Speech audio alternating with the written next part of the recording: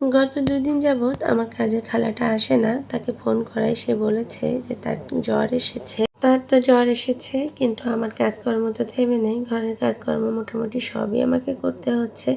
অতিরিক্ত পানির কাজ করেছি। সবকিছু মিলিয়ে আমার ঠান্ডাটা আরো বেশি লেগে গেছে। গলা বসে গেছে, কাশি শুরু হয়েছে। এতটা অসুস্থ হয়ে গেছি যে এখন আর ভালো লাগছে না কোনো কিছু করতে বা খেতে। মনে হচ্ছে একটু ঝাল ঝাল কিছু হলে খেতে ভালো লাগবে। এখানে আমি পেঁয়াজ পরোটা বানিয়ে নিচ্ছিলাম।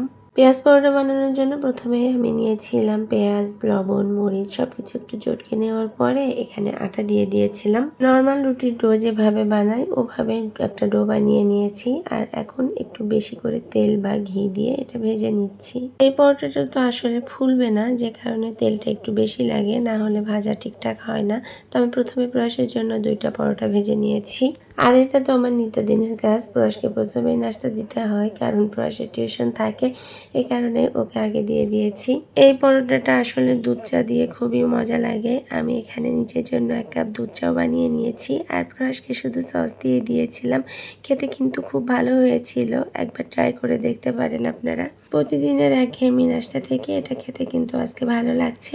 সকালের পরে আমি আর কোনো ভিডিও ক্লিপ নিতে পারিনি। শরীর এতটাই খারাপ লাগছিল যে শুয়েছিলাম অনেকটা সময়, ঘুমিয়েও গিয়েছিলাম। পরে উঠে দুপুরের খাওয়া দাওয়া করে নিয়েছি।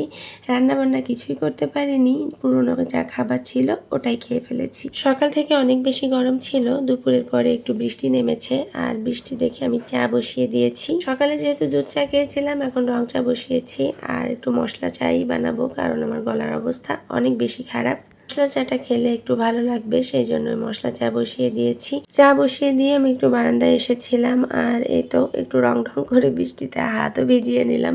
বৃষ্টিতে হাত ভিজাতে আমার ভালোই লাগে। বৃষ্টিটা যেমন ভালো লাগছিল তেমনই একটু টেনশনও হচ্ছিল, কারণ প্রয়াসের এখনো স্কুল ছুটি হয়নি আর আধা ঘন্টার মধ্যে ওর স্কুল ছুটি হয়ে যাবে। এর মধ্যে যদি বৃষ্টি না থামে তাহলে দেখা যাচ্ছে ও ভিজতে ভিজতে বাসায় আসবে। ছাতা থাকলেও, রিক্সায় আসার অপশন থাকলেও ও হেঁটে হেঁটে ভিজতে ভিজতে আসবে। আর এসেছিলও তাই। আসলে বাচ্চাদের মনে হয় একটা শখ যে বন্ধুদের সাথে বৃষ্টিতে ভিজতে ভিজতে বাসায় আসবে।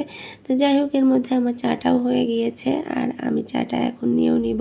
এই চাটা খাওয়ার পরে গলাটা একটু ছেড়েছিল, পরবর্তীতে কিন্তু আবার সেই একই কাজ হয়েছে। এই যে আমার গলা শুনে বুঝতে পারছেন আমার গলা কিন্তু একদম বসে গেছে। তাই ইদানিং চিনি খাওয়া ছেড়ে দিয়েছি। আমি এই সুগার ফ্রিটা খাই, কিন্তু প্রয়াসের বাবা বলে যে এটাতেও অনেক চিনি, তুমি এটা খাওয়াও বন্ধ করে দাও। আর রং চা আমি একটু মিষ্টি না হলে খেতে পারি না। পুরে যেহেতু রান্না বান্না কিচ্ছু করিনি, তো রাতে এই কারণে রান্না বান্নার আয়োজন করে নিয়েছি। আমি ভেবেছিলাম চিকেন আলু দিয়ে রান্না করব আর ভাত রান্না করে ফেলবো, জাস্ট হয়ে যাবে। কেন যেন আমারই মনে হলো যে না, একটু রোস্ট করি আর সাথে একটু পোলাও করি, তো এই কারণে রোস্টের আয়োজন করে নিয়েছি। এখানে আমি পেঁয়াজ, রসুন, কাঁচামরিচ, বাদাম, কিশমিশ, আদা সবকিছু একসাথে ব্লেন্ড করে রেখেছিলাম। আর পরবর্তীতে এখানে 2 প্যাকেট রোস্টের মশলা দিয়েছি, মিশিয়ে নিয়ে এই তো তেলে দিয়ে দিয়েছি। মশলাটা যখন একদম তেল থেকে উঠে আসবে তখন যে চিকেনটা ভেজে রেখেছিলাম সেটা দিয়ে দিয়েছি। তো বলার কিছু নেই, রোস্ট আসলে সবাই রান্না করতে পারে। আমি টুকটাক যেরকম করি সেভাবে শেয়ার করেছি। আমার উদ্দেশ্য কাউকে শেখানো না, আমি জাস্ট আমার রান্নাটাকে শেয়ার করেছি। রান্না আসলে সবাই পারে, তবে এক একজনের হাতের রান্নার এক এক রকম টেস্ট। একই রান্না আপনি 10 জন মানুষকে করতে দেন, একই উপকরণে দেখবেন 10 রকম টেস্ট এসেছে। যাই হোক, আমার রোস্টটা হয়ে গিয়েছে আর এখন আমি একটু পোলাও রান্না করে নিব। প্রথমে প্যানে ঘি দিয়েছিলাম আর এখানে যে রোস্ট রান্না করেছি না, সেই তেলটা একটু বেঁচে গিয়েছিল, মনে হচ্ছিল একটু বেশি বেশি হয়েছে, তো ওটাই আমি নামিয়ে রেখেছিলাম। সেটা এখন পোলাও রান্নায় দিয়ে দিলাম। খুব সুন্দর একটা ঘ্রাণ এসেছে। আর এই তো রাতের খাওয়া দাওয়া নিয়ে বসে গেছি। আজ তবে পর্যন্তই, দেখা হবে অন্য কোনো দিন। আল্লাহ হাফেজ।